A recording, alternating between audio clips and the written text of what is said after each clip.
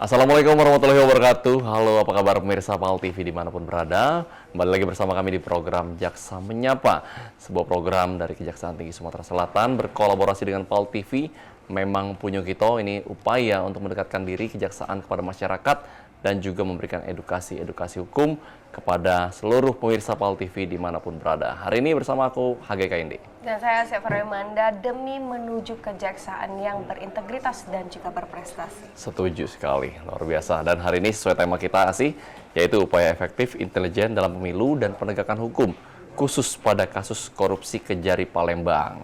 Betul sekali, apalagi intelijen ini adalah bidang yang sangat-sangat sentral ya. Betul, ini mata dan telinga ya. Betul, mata dari dan telinga. Kejaksaan ya. Dan satunya lagi Pitsus ini adalah bidang yang kita tunggu-tunggu. Betul. Gerak-geriknya ya. Gitu. Dinanti juga masyarakat ya. Betul sekali, luar biasa sekali. Dan tentunya hari ini sudah hadir Kepala Seksi Intelijen Kejari Palembang, ini Bapak Dr. Hardiansyah SHMH MI Pol. Mohon izin Bapak. Makasih. Salam sehat. Sehat. Luar biasa ya. Semangat Bapak. Semangat. Selalu semangat. Dan juga sudah hadir Kepala Seksi Tindak Pidana Khusus Bapak Aryo Aprianto Gopar SHMH. Salam sehat Bapak. Apa kabar Pak? Luar biasa. Mantap. Jadi hari ini kita bakal bincang-bincang dengan Pak Hardi dan juga Pak Haryo.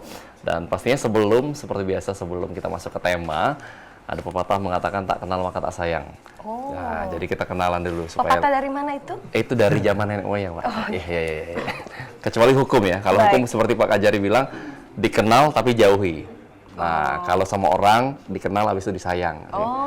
Habis disayang jangan ditinggal tapi ya. Nanti baper. Iya, baper. Baik, ini luar biasa sekali, Hagai. Hari ini memang kita masih berkenalan dan mengenal lebih dekat dengan Korps Adiaksa dari Kejari Palembang. Betul. Dan tentunya ini luar biasa sekali, Jaksa Menyapa hadir untuk melayani masyarakat bahwa Kejari Palembang ini ada untuk masyarakat. Dan dekat ya, dekat dengan masyarakat ya. Baik, langsung aja kita tanya ke Kak Hardi dulu mungkin. Ini Dr. Hardiansyah dengan banyak sekali gelarnya SHMH, MI Pol. Nah, mungkin pemirsa juga penasaran nih dengan Bapak yang sangat hobi belajar nih kayaknya. Ya. Seperti apa Pak perjalanan karir dari Pak Hardi ini di Kejaksaan dan juga mungkin profil pendidikannya mungkin bisa dijelasin juga nih ke masyarakat. Terima kasih. Salam kenal buat para pemirsa PAL TV, khususnya di program Jaksa Menyapa. Saya mengawali karir 2007 itu tes kejaksaan, tesnya di Bengkulu, penempatan pertama juga di Bengkulu, dulu Kejaksaan Negeri Bintuhan namanya. Sekarang berubah Kejaksaan Negeri Kaur karena menyesuaikan dengan nama kabupaten. Kalau dulu nama ibu kota kabupatennya. Kemudian saya berangkat pendidikan jaksa 2010, penempatan pertama justru saya di Prabu Muli. Oh, asli Bengkulu Pak? Campur Bengkulu Palembang. Oke, gitu masih ya. Siap. Jadi selesai PPJ saya tugas di Prabu Muli. Lepas Prabu Muli saya ke Bale Endah. Lepas Bale Endah saya ke Pekanbaru.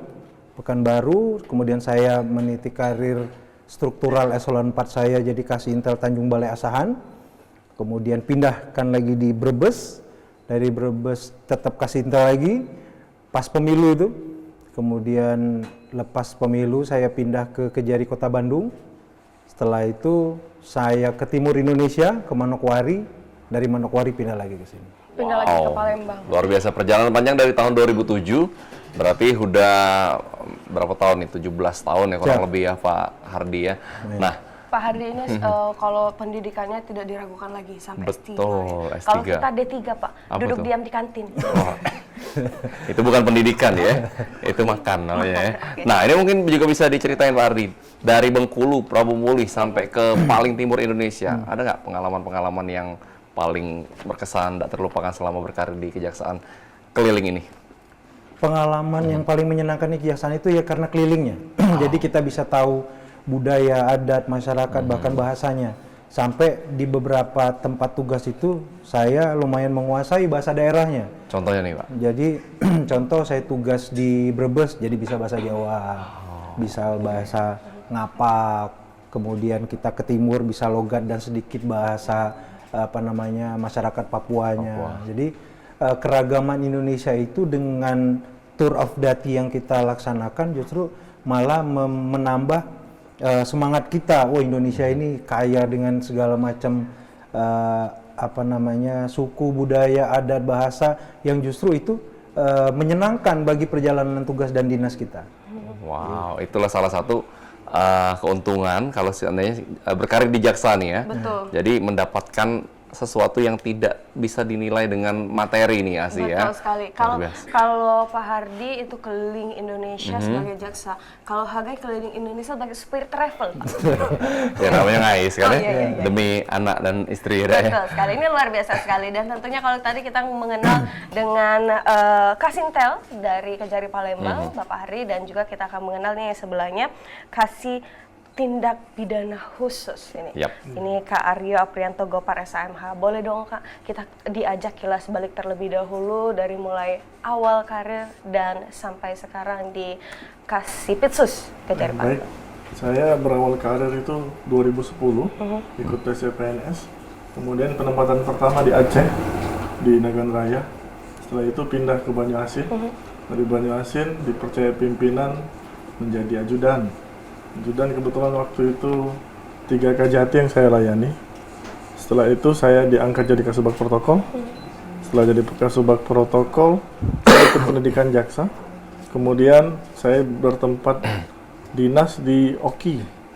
Dari Oki saya jadi Kasubag Bin eselon 4-nya. Kemudian jadi Kasih Intel di Ogan Ilir. Setelah itu jadi Kasipitsus Palembang, alhamdulillah. Wah, ini luar biasa sekali ya. Dan ini perjalanan karir dari Kak Aryo ini juga sentral juga nih Kak. Ketemu banyak orang, pantas Kak Aryo ini lebih banyak dikenal ya. Khususnya di Kota Palembang ini. Lebih Ya. familiar. Lebih familiar ya. Soalnya lama ngelayanin pimpinannya. Oke, baik.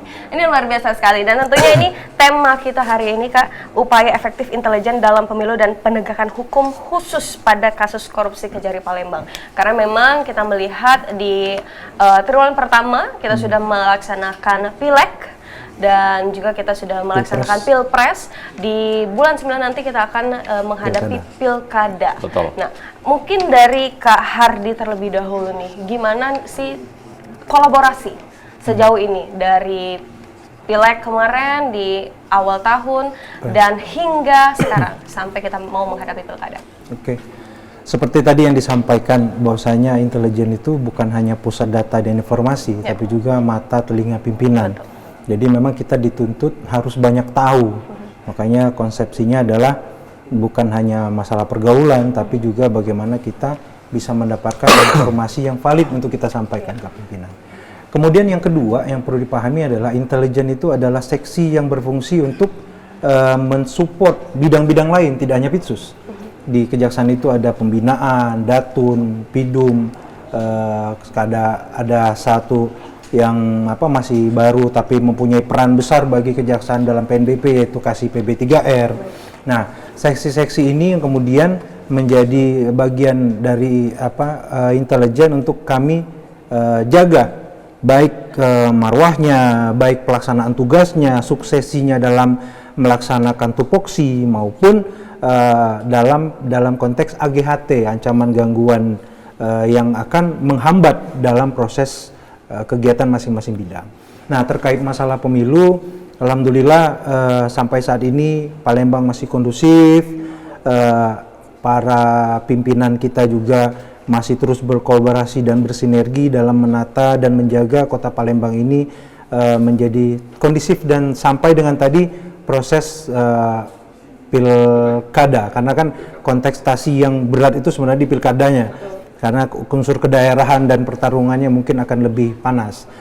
Terkait pileg pilpres kemarin, alhamdulillah beberapa kendala yang sudah kita laksanakan, yang diketahui di media sosial sempat viral segala macamnya, alhamdulillah itu masih bisa ditangani dan diatasi berkat semua unsur yang ada di dalamnya, ya KPU dan Bawaslu, Gakumdu, Poskumdu yang ada di dalamnya, yang terus bersinergi dan terus memberikan solusi. Sampai dengan malam tadi kita masih terus melakukan rapat komunikasi di Bawaslu bersama dengan KPU untuk mengantisipasi dan memecahkan setiap lini masalah agar apapun yang terjadi bisa nggak ini kita solusikan sebelum ini menjadi marak dan berkembang lebih lanjut. Nah, pola-pola itu yang dilakukan tim Intel kita di lapangan. Berarti sudah ada sinergi yang baik sejauh Sangat. ini, ya, Pak?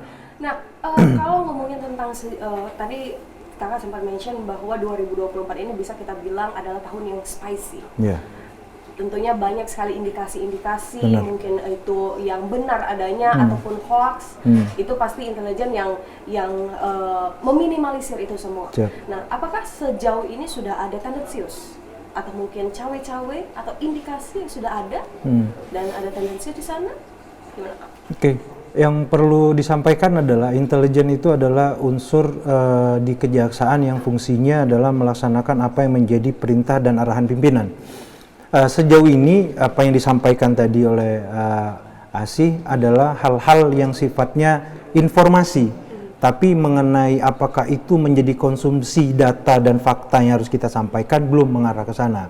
Mengenai siapa yang menang, siapa yang kalah kan wajar. Kita aja masih kecil juga kalau ataupun saat ini pun saat kita kalah dalam suatu pertarungan perlombaan entah game, ada hal-hal yang kemudian yang dilakukan justru membuat pihak lawan jadi bergaining, kemudian pihak lawan menjadi antipati atau sebaliknya.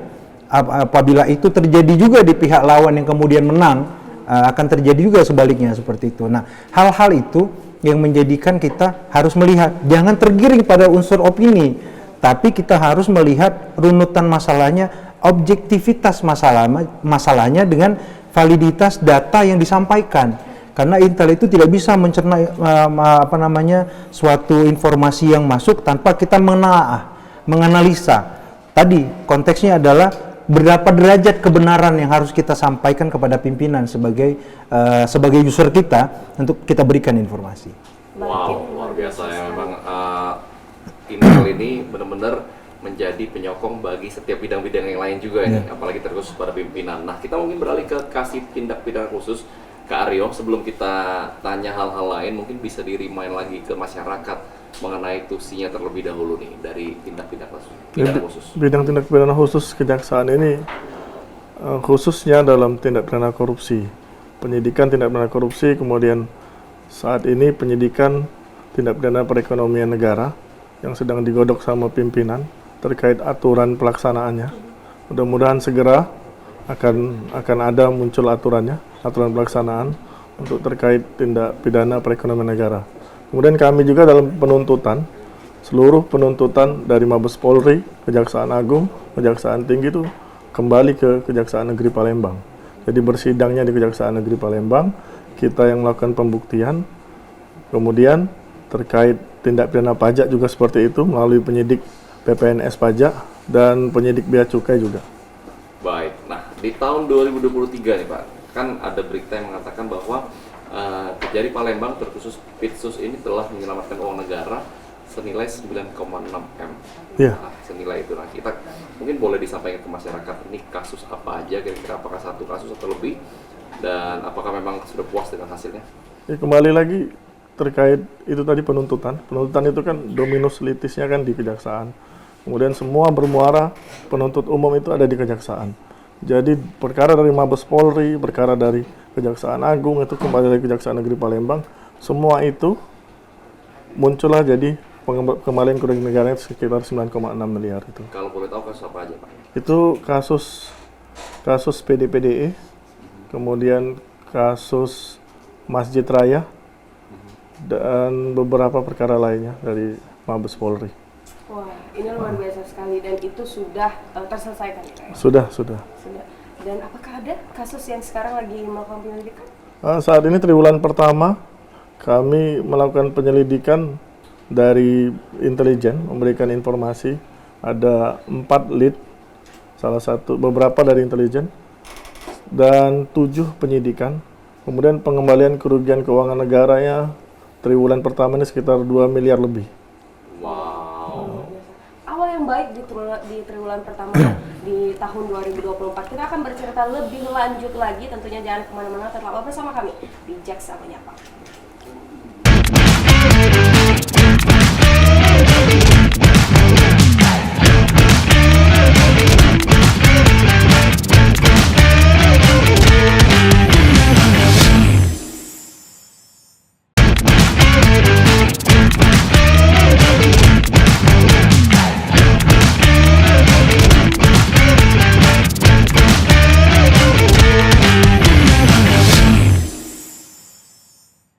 Baik, pemirsa masih bersama kami di Jaksa Menyapa. Tentunya hari ini masih dengan kawan-kawan dari Kejaksaan Negeri Palembang.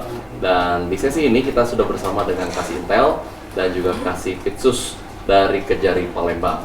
Baik, kita masih dengan Pak Aryo dari Kasih Pitsus. Mungkin dalam menentukan kasus-kasus korupsi mungkin yang sedang ditangani nih Pak, ada nggak skala prioritas kasus tertentu yang harus kita beresin terlebih dahulu dibanding kasus-kasus lain?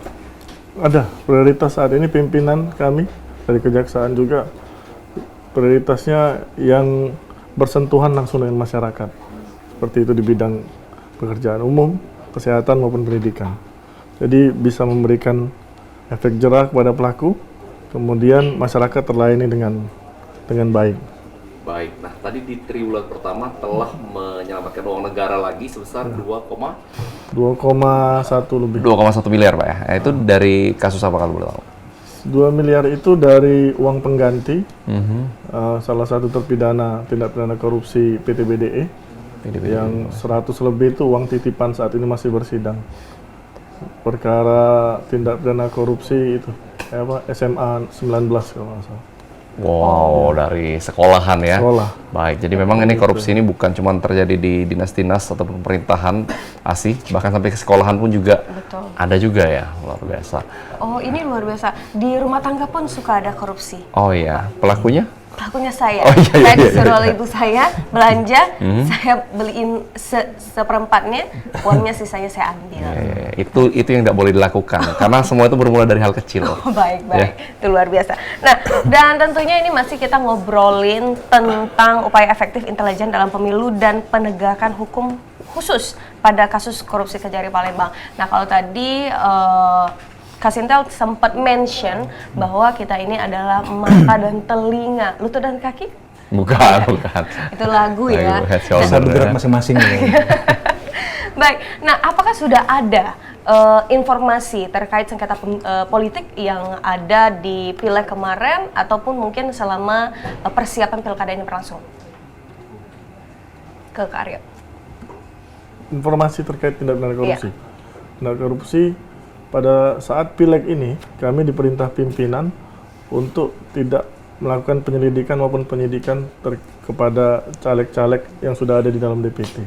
Itu untuk mendukung pemilu yang netral. Jadi ya kami memang alat kekuasaan, tapi kami diperalat oleh oknum-oknum tertentu. Terkait badan-badan yang berkaitan langsung? Badan-badan yang berkaitan langsung belum ada. Belum ada. Kita harapkan tidak ada ya sampai dengan pilkada selesai. Setuju. Ya, nah, mungkin ke Kak Kasih Intel ini, Kak Hardi. Nah, gimana sih dari Kasih Intel sendiri, Kejari Palembang ini mengidentifikasi dan menangani potensi korupsinya tadi yang terjadi ataupun manipulasi dalam proses-proses pilkada khususnya yang ada di Kota Palembang nanti? Oke. Seperti tadi Kasih Pitsus sampaikan, ada beberapa perkara yang di Pitsus juga itu merupakan supporting data dari tim intelijen. Artinya Pitsus Intel Kejari Palembang menunjukkan sistem kolaborasi, komunikasi yang baik itu bisa menghasilkan perkara yang bagus untuk ditangani secara bersama-sama. Berkaitan dengan apa yang disampaikan dan juga dipertanyakan oleh Kasih Pitsus, ditanyakan ke Kasih Pitsus tadi, ada hal-hal yang sifatnya tendensius, ada hal-hal yang sifatnya black campaign, terus kemudian ada hal-hal yang sifatnya mengarah kepada pesanan pihak tertentu. Tadi Kasih Pitsus sampaikan dan itu merupakan bentuk perwujudan integritas kami. Kami tidak akan berpihak pada siapapun, tidak akan bisa diperalat oleh kekuasaan apapun. Kami tegak lurus pada perintah dan arahan pimpinan. Jadi seperti semboyannya Pak Kajati, kita bukan hanya berprestasi, tapi kita punya integritas dalam melaksanakan tugas. Kemudian terkait dengan apa yang akan kita lakukan terus, polanya adalah tetap pola kolaborasi, komunikasi, dan koordinasi. Hal itulah yang penting harus diciptakan untuk menjaga ritme kondisivitas baik dalam internal kita di kejaksaan menjalankan tusi maupun dalam ritme di luar kejaksaan dalam melakukan kolaborasi dan elaborasi dengan lembaga atau badan yang lain. Tapi sejauh ini seperti disampaikan kondusivitas pelaksanaan Pileg dan Pilpres di Kota Palembang itu cukup baik. Karena mungkin pernah lihat juga video yang beredar, pimpinan kita Forkopimda Pak Kajati mimpin di lapangan pakai motor keliling mantau TPS. Hal itu luar biasa. Bagaimana seorang pimpinan dengan humble-nya bisa ke lapangan dan kami anak-anaknya di belakang mengikuti dengan sepeda motor, mengawasi ke TPS sampai dengan sudut yang tidak terlihat, artinya bukan hanya di pinggir jalan berhenti kemudian pergi, tidak, tapi mengawasi sampai ke gang masuk ini. Bahkan kita kewalahan mengimbangi, tapi itulah pimpinan kita karena beliau inginnya udah pakai motor kita harus keliling, lihat, cek ke lapangan langsung. Apa yang dilakukan oleh pimpinan itu adalah bentuk bukan hanya kecintaan terhadap profesi, tapi bentuk integritas beliau melihat segala hal itu dari berbagai macam sudut pandang, sehingga beliau harus cek, periksa, lihat, baru bisa menyimpulkan, oh kayak gini peristiwanya. Nah, kemudian bertanya bagaimana pola antisipasinya, bagaimana kira ke depannya terhadap apa fakta yang sudah terjadi. Baik, ini sejalan dengan itu, Kak Hardi. Kepala Satuan Kerja dalam hal ini Pak Kajati, ini kan sosok yang berani. Sosok yang berani. Nah, itu apakah menjadi, ini sebagai Korps Adiaksa yang di bawah pimpinan beliau, ini apakah menjadi suatu momok, jadi kita takut untuk melakukan sesuatu, atau mungkin bisa menjadi motivasi nih, bahwa memang kita harus tegak lurus sesuai dengan SOP yang ada, no cawe-cawe dan no tendensius. Silakan Kak. Jadi salah satu pengewajantahan integritas itu adalah patuh dan taat akan perintah pimpinan. Kami tegak lurus dengan perintah pimpinan baik Kajari maupun Kajati, artinya kalau Kajari dan Kajatinya berani, kita takut. Justru itu menjadi motivasi, bukan hal yang menakutkan. Karena bagi kami, apalagi anak-anak muda levelan kami dengan Aryo, melihat sosok pemimpin yang akan menjadi pegangan kita dalam melakukan tupoksi. Dengan pimpinan yang berani, dengan pimpinan yang punya integritas tinggi, kita pun harus mewujudkan apa yang dipercontohkan oleh beliau dalam perlakuan kita juga di Kejari untuk melaksanakan tusi sehari-hari. Seperti Aci bilang tadi, apakah ini akan jadi momok yang menakutkan? Bagi kami tidak. Justru ini challenge kita, tantangan kita melihat pimpinan kita berani, kenapa kita masih takut? Betul. Justru di situ kita melihat peluang, oh tidak perlu ada yang kita takuti. Karena fungsi kita, tusi kita dilindungi oleh undang-undang dan dilindungi oleh pimpinan yang punya integritas dan moral yang tinggi. Gitu. Luar biasa. Jadi kalau bersih nggak usah takut ya. Oh iya. Tapi kan kita harus berani kotor, Kak. Berani Berani kotor kotor itu Itu baik. baik. Ya. Iya, itu Iklan terjadi. ya. Nah, mungkin ke Aryo juga nih, dalam penanganan tindak pidana korupsi ini kan bukan suatu hal yang mudah ya. Pasti kadang-kadang pasti ada tekanan dari berbagai pihak. Nah, sebagai Kasipitsus, Kak, gimana sih memastikan objektivitas, lalu akuntabilitas, transparansi juga dalam proses penanganan ini terus tegak lurus nih? Seperti apa? Intervensi itu, kembali kata Bang Hardi tadi, kebetulan kami punya pimpinan yang bijak. Nah, kami mendapat transfer of knowledge langsung dari beliau, kemudian kami juga dapat mengadukan ke beliau terkait permasalahan-permasalahan jika ada intervensi atau seperti apa, dan beliau memberikan transfer ilmu itu apa? Bahasa Belanda itu verstehen. Verstehen itu memberikan pengalaman beliau pada saat dari awal menjadi jaksa sampai saat ini menjadi Kajati kelas 1. Jadi kami jadi PD dalam melaksanakan tusi sebagai penyidik terkait tindak pidana korupsi. Selama ini, Kak, sudah ada belum orang pihak-pihak yang coba mengintervensi? Khususnya apalagi tahun lalu itu kan nilai angkanya nggak kecil kan? Iya, sekarang kebijakan Pak Kajati dan Pak Kajari, jika ada yang intervensi, kami segera melakukan expose itu gelar perkara di Kejaksaan Tinggi, biar pimpinan yang menilai secara objektif dan komprehensif terkait perkara yang akan kami lakukan penyidikan, seperti itu. Berarti selama ini belum ada ya? Selama ini ada, tapi kami terus Masih bisa handle sendiri? Iya, seperti itu. Yang penting tegak lurus dan sesuai Tegak lurus. SOP yang ada ya, Kak, ya. Luar biasa. Karena memang Kepala Satuan Kerja dari Korps Adiaksa ini yang menjadi presiden langsung sebagai contoh ya, yang menjadi contoh langsung bahwa memang kita harus betul-betul tegak lurus dan memberikan rasa adil kepada seluruh masyarakat. Setuju khususnya di Kota sekali. Palembang. Betul. Nah, ini luar biasa sekali. Kalau ngomongin tentang program-program, ini banyak sekali program-program atau mungkin terobosan-terobosan baru dari Pak Kajati terkait itu tentang KIA, akte-akte untuk anak-anak yang mungkin anak-anak terlantar dan lain-lain, terus RJ juga. Nah, gimana tuh menurut Kak Haris selaku Kak Sinta? Ya. Ada hal yang pemirsa PAL TV dan dalam konteks Jasa Menyapa ini yang nggak tahu sosoknya Pak Kajati. Ya. Pak Kajati ini selalu keliling ke rumah stafnya, ke rumah OB, ke rumah walsusnya. Nah, itu artinya beliau itu bukan hanya sosok pimpinan yang hobi duduk di mejanya, tapi tidak dengan sosok Pak Dr. Yulianto ini tidak seperti itu. Beliau datang ke rumah, kemudian siapa yang sakit didatengin, bahkan ada yang sunatan anaknya juga didatengin sama beliau. Itu yang tidak tersiar, yang tidak tergambar. Kami sebagai anak-anak yang di lapangan, terutama tim-tim intelijen yang terus ada dan mengawal beliau itu salut dan hormat. Kita punya role model yang bukan hanya sebagai pimpinan tapi juga sebagai orang tua kita di sini. Karena hal itu yang sulit mungkin yang ditemukan, bukan hanya kita karena Pak Kajati ini ada dan sedang memimpin kita, tapi hal-hal ini yang justru menjadi cambuk bagi kami. Wah, alhamdulillah nih kita dapat role model yang baik, yang bagus, bukan hanya secara kepribadian tapi punya jiwa penyayang yang tinggi terhadap anak buahnya. Terus kemudian terhadap terobosan-terobosan yang dilakukan beliau tadi, amanah beliau jelas. Kak Sinta, coba buat program yang sekiranya menyentuh masyarakat dan kita bermanfaat. Itu mintanya. Jadi jelas, jangan membuat sesuatu yang sifatnya ura-ura terus menjadi hambar.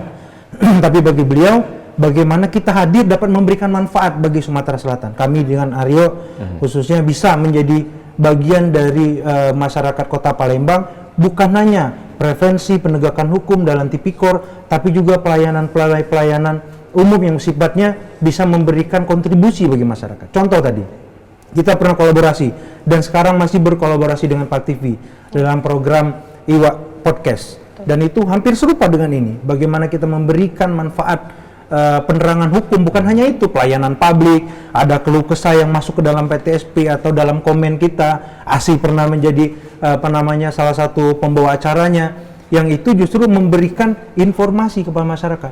Betapa tidak, kayak tadi ASI ngomong, sosok lembaga kejaksaan ditakuti, bukan hanya karena mau masuk masjidnya takut karena ngelihat kejaksaannya. Nah, kita sampaikan saat ini, kejaksaan itu sudah mentransformasi diri menjadi lembaga yang harus dekat dengan masyarakat dan dicintai oleh masyarakat. Kenapa?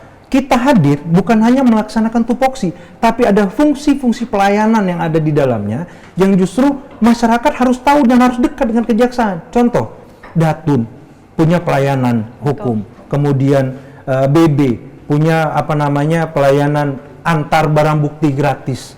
Kemudian di Intel kita punya pelayanan Penkum, penerangan hukum, penyuluhan hukum, memberikan informasi bagaimana hukum itu tadi yang Asi bilang, hukum itu diketahui tapi sanksinya untuk dijauhi. Nah, kemudian itu ada proyeksi manfaat kita kepada masyarakat, memberikan protektif, proteksi terhadap kemungkinan melakukan kejahatan atau informasi yang tadinya saya nggak tahu hukumnya. Nah, kemudian dengan channel kita, podcast yang kita buat di Kejari Palembang, oh masyarakat tahu, oke gini harus melakukan ini. Ternyata oh ini tidak boleh. Oh informasi yang kemarin hoax, ternyata informasi yang benar ini. Nah itu, fungsi-fungsi tadi yang kita depankan, bagaimana kita memberikan sebesar-besarnya manfaat bagi masyarakat Kota Palembang. Oh luar biasa. Kak Hagai seperti ngobrol dengan Kejari ya? Iya, luar biasa. Ini luar biasa sekali. Nah, kalau ngomongin tentang tadi, kita berarti Pak Kajati ini sangat-sangat peduli, bukan hanya dengan masyarakat Sumatera Selatan dan integritas yang ada dan menjaga citra baik Korps Adiaksa di Sumatera Selatan, tapi juga peduli dengan SDM-SDM yang sangat luar biasa. Nah, baik, kita tahan dulu sih, ya, karena ada yang mau lewat sih kok ini. Jangan kemana-mana, pemirsa, tetap bersama kami di Jaksa Menyapa.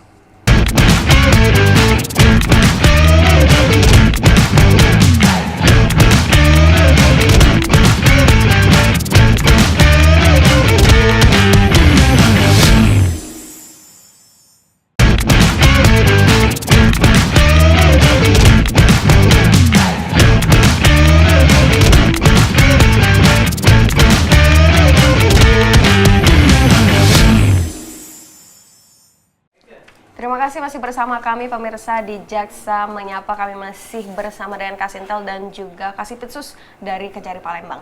Betul sekali. Jadi memang kalau ngobrol dengan Kasipitsus ini tidak jauh dari kasus korupsi pastinya.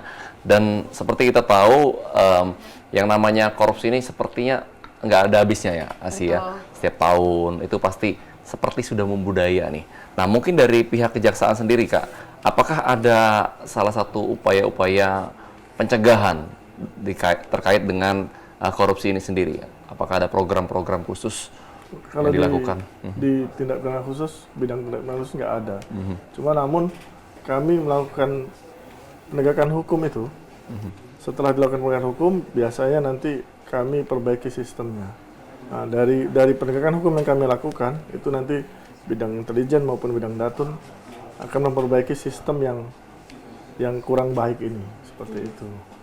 Di dinas terkait itu ya? Dinas terkait. Wow, luar biasa. Berarti apakah ini terkait dengan program Kasih Intel, Kak? Terkait pencegahan? Oh iya, Hah? betul. Makanya tadi kita ulangi sinergitas kita antar bidang, dan kami di Intel itu menjadi supporting bagi bidang-bidang lain.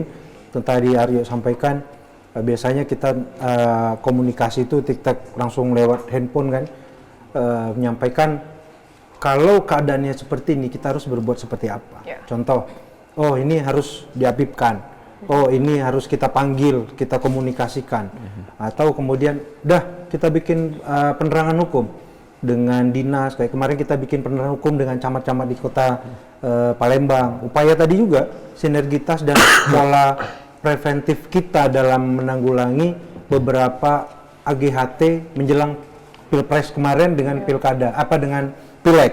Nah, itu kita lakukan pola-pola itu. Kemudian juga kita juga melakukan pola deteksi dini terhadap kemungkinan dan ancaman tipikor dengan tadi penyuluhan hukum di sekolah-sekolah, memberikan informasi kepada dari mulai basis sekolahnya SMP, SMA, untuk mengetahui tadi, oh polanya bukan hanya isu korupsi itu hanya menyolong di negara, tapi banyak pasal yang ada dalam Undang-Undang Tipikor itu yang perlu dipahami, sehingga itu merupakan perbuatan tipikor yang dimaksud oleh Undang-Undang korupsi. Nah, pola-pola prevensi seperti itu terus pola itu dilakukan. Baik. Nah, kita merujuk ke tema kita hari ini, Kak, tentang dalam agenda atau mungkin dalam pemilu dan penegakan hukum khusus ya pada pilkada yang akan kita hadapi bersama-sama. Nah, bagaimana cara intelijen Kejari Palembang ini mengidentifikasi adakah sengketa politik atau mungkin mengantisipasi dan juga manipulasi dalam proses pilkada yang akan datang? Oke. Kita ini bukan bangsa yang baru untuk melakukan pesta demokrasi. Kita juga bukan bangsa yang apatis terhadap ritme perubahan yang ada. Tapi tadi kemarin saya mengutip pendapat Prof. Yusril Mahendra. Demokrasi one man one vote itu akan baik dilakukan apabila taraf pendidikannya itu sudah setara. Nah, dengan konteks itu berarti kita kan terus mengedukasi. Pola edukasi ini penting. Bukan hanya mendukung pemahaman, tapi juga mendukung ritme rasa ingin tahu dan kesadaran pengetahuan. Sehingga ritme pengetahuan yang sama tadi memberikan pemahaman yang sama akan pola demokrasi yang dipahami. Nah, itu lebih penting daripada kita mengantisipasi masalah. Kenapa? Yang menjadi masalah adalah kecacatan pemahaman yang kemudian dia mengambil sikap seolah-olah menjustifikasi fakta itu benar atau salah tanpa adanya ilmu yang dia miliki. Itu yang menjadi poin masalah di negara ini. Nah, untuk mencapai itu perlunya lembaga, bukan hanya kejaksaan. Ada Kesbangpol di daerah, ada TNI, ada Polri dengan mitra-mitra yang ada di lini masyarakat. Itu harus terlebih dahulu menjadi ujung tombak memberikan pemahaman pada masyarakat. Menangkal hoax itu bukan ritme yang gampang. Kenapa tadi? Karena semua orang pegang handphone. Betul. Tapi apakah semua orang memiliki pemahaman yang sama terhadap fakta untuk diidentifikasi? Belum tentu. Akar masalahnya di situ. Contoh tadi, beberapa pertanyaan yang Asy tanyakan ke kita, itu adalah pertanyaan awam. Bagi orang yang tidak paham akan dicecar. Betul. Tapi bagi orang yang paham, ngapain gue tanya? Gue udah tahu kok jawabannya. Nah, gitu kan. Nah, pemahaman itu yang penting kuncinya. Jadi kejaksaan berkomitmen tinggi untuk melakukan pola pemahaman itu kepada masyarakat, bukan hanya secara individu kami institusi, tapi juga menggandeng badan, lembaga, dan akses sosial yang lain untuk kita gabungkan memberikan edukasi kepada masyarakat. Nah, berarti itu berkaitan dengan Undang-Undang Nomor 14 Tahun 2018 tentang terkait informasi publik. Keterbukaan informasi publik. Nah, bagaimana itu menurut Kakak? Apakah sudah se-efisien itu atau mungkin masih ada hoax-hoax yang tidak bisa kita bendung nih? Jadi gini, penyebaran hoax itu kan ritmenya bukan hanya dia menyasar kepada kelompok-kelompok yang berkepentingan atau tidak berkepentingan, tapi juga menyasar kekeliruan pemahaman masyarakat sehingga ada justifikasi. Nah itu, pemahaman inilah yang dicari, yang ketidakpahaman inilah yang dicari oleh penyebar hoax untuk kemudian menjadi opini. Nah konteks inilah yang harus kita prevensi, yang harus kita jaga, memberikan proteksi. Maka kita membuka ruang nih. Semua masyarakat lini, terutama di Kota Palembang, kejaksaan itu dimanfaatkan untuk tempat bertanya, berkonsultasi, atau berbagi sharing pengalaman dan kemudian kita memberikan saran, meluruskan opini. Nah itu, jadi bukan lagi tadi lembaga yang untuk ditakuti karena punya tupoksinya, tapi lembaga yang bertransformasi memberikan manfaat kepada masyarakat. Itu adalah bentuk nyata bagi masyarakat, bagi kami institusi memberikan peran serta terhadap masyarakat. Dan bentuk nyatanya dengan podcast dengan Iya, salah satunya itu terobosan yang kita buat. Luar biasa, karena memang menurut Kak Hardi memang setuju dengan pendapat bahwa memang kurangnya literasi bagi masyarakat Indonesia khususnya Sumatera Selatan. Karena semuanya pengen instan. Betul. Kita buat terobosan. Oh, instannya seperti ini. Makanya kita buat Iwak Podcast adalah untuk memberikan pemahaman instan dari narasumber yang kompeten sehingga validasi informasi itu tersebar luaskan. Ini luar biasa sekali. Nah, ngomongin tentang informasi publik yang apalagi tentang korupsi ini harus diantisipasi sejak dini, Kak. Ada namanya program Jaksa Masuk Sekolah. Itu kan mungkin terkait tentang literasi korupsi dan lain-lain. Nah, apakah di Kejari Palembang ini juga memiliki hal yang serupa atau program yang serupa? Silakan, Kak Aryo. Di bidang intelijen jelas ada itu Jaksa Masuk Sekolah atau apa. Cuma terkait bidang tindak pidana korupsi, Undang-Undang Keterbukaan Informasi Publik ini, kami di bidang tindak pidana korupsi ini sering mendapat laporan pengaduan masyarakat. Nah, dari laporan pengaduan masyarakat ini kami telaah yang mana yang memenuhi syarat dalam Undang-Undang Keterbukaan Informasi Publik itu, nah, maka kami tindak lanjuti. Setelah itu kami jawab. Kami berikan jawaban ke LSM tersebut. Seperti itu. Jadi kami menjalankan Undang-Undang Keterbukaan Informasi Publik itu sendiri. Baik. Nah, dari Pitsus sendiri, Kak, gimana kolaborasinya dengan instansi-instansi terkait, termasuk mungkin juga pihak-pihak swasta dan juga masyarakat sipil terkait dalam mengungkap dan menindak kasus korupsi ini?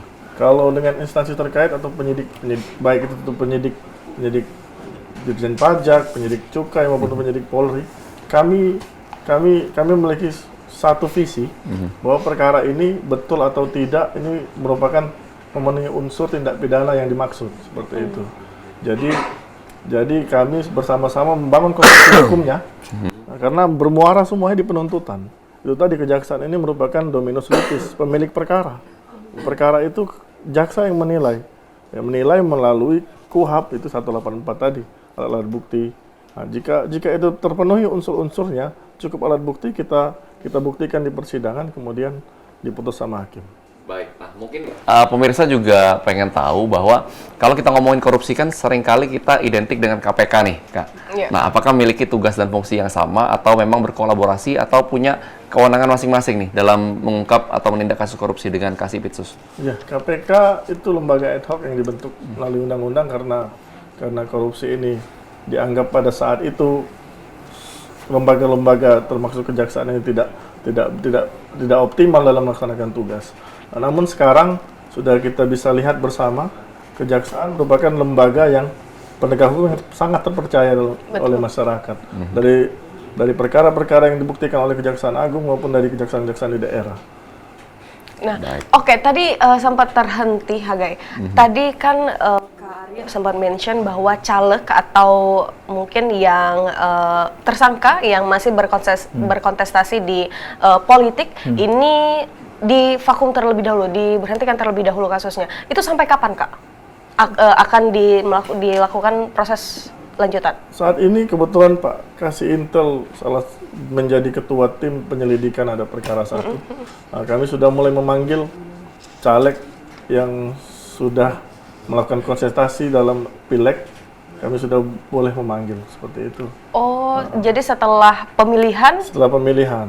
Oh, setelah pemilihan walaupun hasilnya belum keluar nih? Walaupun hasilnya belum keluar, sudah mulai. Kan efeknya tadi saya bilang, kita agar tidak dianggap disponsori, ditunggangi, dimanfaatkan. Makanya kita sama sekali tidak akan perintah pimpinan jangan melakukan penyelidikan maupun penyidikan terhadap subjek yang akan berkontestasi baik di Pilpres maupun di Pileg. Sehingga tadi kita benar-benar lembaga yang netral, yang punya integritas, sehingga tidak bisa ditunggangi oleh pihak manapun yang kemudian akan jadi black campaign kan bagian besar. Betul. Berarti setelah ini akan lanjut lagi kalau misalnya ada kasus yang belum selesai tadi, Pak ya. Siap, tentu berdasarkan perintah dan petunjuk pimpinan. Betul. Nah, kalau pilkada, Kak, berarti pada saat subjek itu mendaftarkan diri? Kami belum dapat perintah. Kalau pilkada belum ya mungkin. Nah, kalau misalnya si subjek tadi terpilih ini, apakah tetap akan diproses lanjutan dalam penyelidikannya? Kita tetap lembaga ini tetap harus profesional melihat segala aspek segala sesuatunya. Dan juga bukan hanya itu, ada hal yang sifatnya non penegakan hukum dan itu akan menjadi baik blunder pemahaman masyarakat terhadap institusi, baik itu akan menjadi side effect negatif bagi institusi, itu menjadi bahan pertimbangan seperti yang ditanyakan tadi. Apakah dilanjutkan atau tidak? Karena penegakan hukum tidak bisa ansih dia murni terhadap penegakan hukum, karena dia harus melihat mengelaborasi dirinya dalam seluruh aspek kebijakan. Apakah ini akan berpengaruh pada ritme ekonomi negara, ritme kebijakan pemerintah, ritme sosial kemasyarakatan tadi, karena hukum tidak bisa bebas nilai. Makanya seluruh aspek secara holistik harus dilihat, diatensi sehingga pimpinan tidak salah dalam mengambil pijikan. Itu tadi fungsi-fungsi intelijen yang dilaksanakan. Dan tentunya ini kita menilai secara komprehensif demi tujuan memberikan rasa adil untuk masyarakat. Baik. Nah, mungkin sebelum kita closing statement, Kak, saya mau out of topic, bagaimana pendapat Kak Sintel dengan fenomena Cinderella yang di triwulan pertama ini menjadi perbincangan yang hot. Oke, kalau kita secara individu boleh berpendapat, ada hal dimensi sosial kemasyarakatan yang sekarang berubah jauh, di mana semua orang bisa mengupload, meramaikan, memviralkan segala sesuatu yang sifatnya baik positif maupun negatif. Karena salah satu video viral yang kemudian itu dianggap menjadi negatif, itu akan negatif selamanya. Ada hal lagi yang bahkan orang yang tidak dikenal tiba-tiba menjadi viral, dia akan terkenal gara-gara satu video yang diupload. Nah, terkait pertanyaan tadi, tergantung kita melihatnya dari sudut pandang mana sih, gitu loh. Kalau kita melihatnya dalam paradigma, oh ini tindakan asusila, tindakan negatif, tindakan tidak patut, amoral, itu akan menjadi citra seperti itu. Betul. Tapi apakah pernah ada melakukan investigasi, penyelidikan, atau bahkan mengidentifikasi akar masalahnya kenapa bisa seperti itu? Kan kita belum ada. Makanya kita dituntut untuk menelaah suatu masalah dengan objektif. Kita tidak bisa berpendapat melihat dari satu angle kamera saja. Kita harus melihat dari sudut pandang yang lain. Itu kan sifatnya kausalitas. Kenapa seperti itu pasti ada sebabnya. Betul. Ya, kenapa dia berlaku seperti itu, dia pasti memikirkan akibatnya, baik akan terjadi maupun akan terjadi akibat dari viral dilakukan oleh orang-orang tertentu. Jadi pendapatnya bagi saya kita harus objektif dulu melihatnya. Bahkan saya lihat ada tindakan juga dari penegak hukum melihat viralnya itu menjadi atensi untuk kemudian disikapi. Kita tunggu saja sebenarnya, karena segala sesuatu itu bernuansa berbagai macam dimensi. Tidak bisa kita berpendapat untuk menjustifikasi satu video dengan angle satu sudut pandang. Betul sekali. Luar biasa ya, lengkap sekali ya kalau Kak Hardi ya. Dan kita tidak terasa sih sudah berada di penghujung acara sesi hari ini. Kita mau minta beliau-beliau ini untuk menyampaikan mungkin closing statement atau himbauan kepada masyarakat. Mungkin Kak Aryo terlebih dahulu. Seperti kata Pak Kajari, kenali hukum, jauhi hukuman. Itu saja pesannya. Kenali hukum, jauhi hukuman. Luar biasa, singkat, padat, dan jelas, dan Singkat. sangat edukatif dan sangat penting ya itu ya. Ya. Silakan ke Kak Hardi. Kami dari Seksi Intelijen kalau dalam closed session ini hanya menyampaikan himbauan bahwasanya kita harus dalam ritme politikan yang panas ini kita harus dingin dalam menyikapi, objektif dalam menilai dan menggambarkan segala macam itu dalam berbagai sudut pandang yang baik sehingga hasil pendapatnya akan menjadi baik. Teruslah menjadi penyejuk di situasi yang panas ini. Tujuannya adalah apa? Agar kita terus menjadi pemersatu bagi bangsa Indonesia menuju Indonesia emas. Terima kasih. Luar biasa, deril pemersatu bangsa Kak ya. Siap. Oke, terima kasih Kak Hardi dan juga Kak Aryo Sama-sama. untuk waktunya dan juga informasi yang sangat edukatif. Pemirsa, itu tadi bincang-bincang tentunya dengan Kasih Intel dan juga Kasih Pitsus dari Kejari Kota Palembang. Dan tentunya pemirsa PAL TV, pemirsa Jaksa Menyapa melalui kerjasama yang erat antara intelijen dan Kejaksaan Negeri Palembang, upaya-upaya tersebut diarahkan untuk mengungkap dan menghentikan praktik korupsi yang merusak keberlangsungan demokrasi demi kesejahteraan masyarakat. Baik, terus saksikan program Jaksa Menyapa karena ada banyak informasi yang edukatif tentunya untuk seluruh pemirsa PAL TV dimanapun berada. Terima kasih untuk yang sudah nonton, saya HGK Indi. Saya Asia Faryamanda, sampai jumpa.